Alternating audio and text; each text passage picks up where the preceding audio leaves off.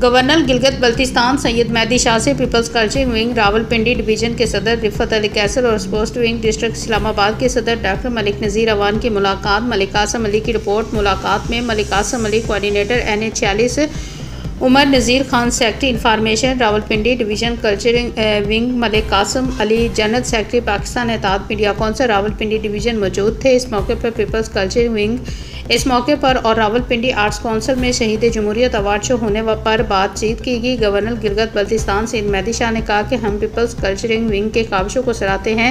ये आपने peoples party की जो क़यादत खिदमात सर अंजाम दे रहे हैं, आला क़यादत भी आपको कदर की निगाहों से देखती है।